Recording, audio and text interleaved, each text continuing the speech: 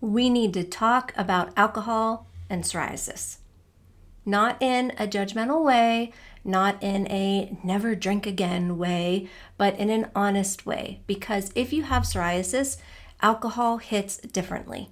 And most people don't realize how many systems it quietly disrupts in the body, especially when you're already inflamed, which everyone with psoriasis is. So today I'm going to walk you through what actually alcohol can do inside the body. And then I'll tell you how to approach it in a way maybe that doesn't feel as extreme for you. All right, so first part is let's talk about how alcohol increases inflammation systemically through the body. And this is the obvious. Psoriasis, it's an inflammatory condition. Alcohol is inflammatory. Even moderate alcohol intake increases cytokines, the same inflammatory messengers that are driving psoriasis. It raises oxidative stress. It irritates the gut lining, impairs detox pathways. And when your immune system's already reactive, alcohol is like pouring gasoline on that fire. Now let's look at how alcohol disrupts the gut, which really drives psoriasis. Your gut lining acts like a filter, and alcohol increases intestinal permeability. Think of it as having like bigger holes that more stuff can get through. And we call this leaky gut. When that happens, undigested food particles enter the bloodstream. Then the immune system reacts to that, so the immune reactivity increases. Inflammation spreads through the body. And remember, 70 to 80% of your immune system, it lives in your gut. If your gut barrier weakens, psoriasis often follows. Then we've got how alcohol can impair liver detox. Your liver is responsible for processing. It processes environmental toxins, our hormones, inflammatory byproducts, all the things. And when you drink, your liver prioritizes breaking down the alcohol. That means detox of everything else that we need to get rid of slows down. For someone with psoriasis whose system is already burdened, this backlog can intensify inflammation further. Then we've got how alcohol and immune suppression go together. Alcohol both suppresses but also dysregulates the immune system. It weakens immune defenses while also increasing inflammatory signals. That imbalance is the perfect storm for autoimmune flares.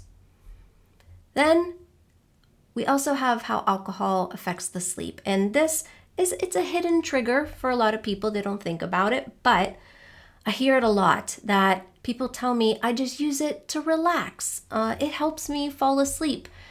But here's what actually happens when you're doing that.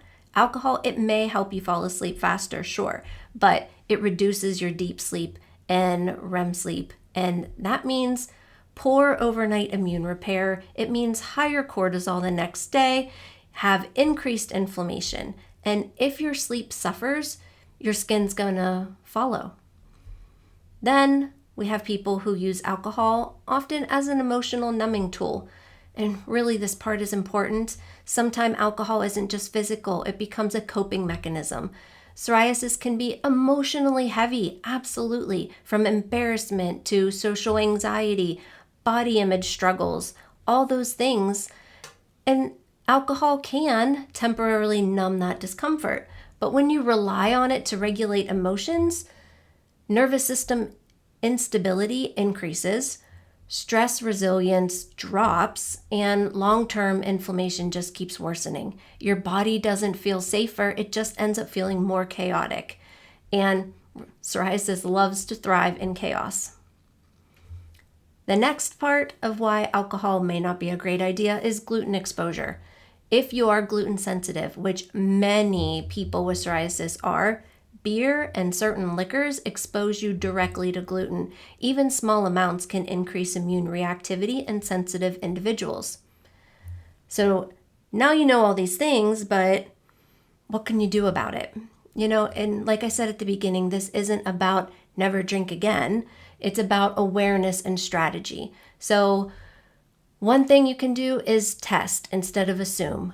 Go 30 days alcohol-free and observe. Observe your skin. How does it feel? How does it look? How's the itch? How's the redness? All those things. Observe your sleep. Do you feel like you're getting better sleep?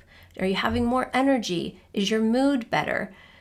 All these things you want to keep track of, because data, it reduces denial. It does. Second, if you drink, reduce the amount. Avoid beer also if you're gluten sensitive. Stick to lower sugar options. Never drink on an empty stomach, and really hydrate aggressively with just water. Prioritize sleep that following night. These things can kind of help your body recover from what you just put in it. Third is try not to use it to regulate stress. If alcohol is your primary stress relief tool, that's a signal. Replace it gradually with other things like an evening wind down ritual, some breath work, magnesium, walking after dinner. Your nervous system needs stability, not sedation. You may feel a little defensive hearing this, and that's okay. I'm not here to shame you. I'm here to help you connect dots. Psoriasis is not just about what you're putting on your skin. It's about what your body has to process. And alcohol, it really adds to that burden. The question isn't, is alcohol bad? The better question is alcohol helping or hurting my specific body right now? And that answer might change depending on your goals. Awareness truly is power, and your body always responds to clarity. Thanks for watching. I'm Dayna Hrovath with Fountain Mills Functional Wellness, and I'll see you in the next video.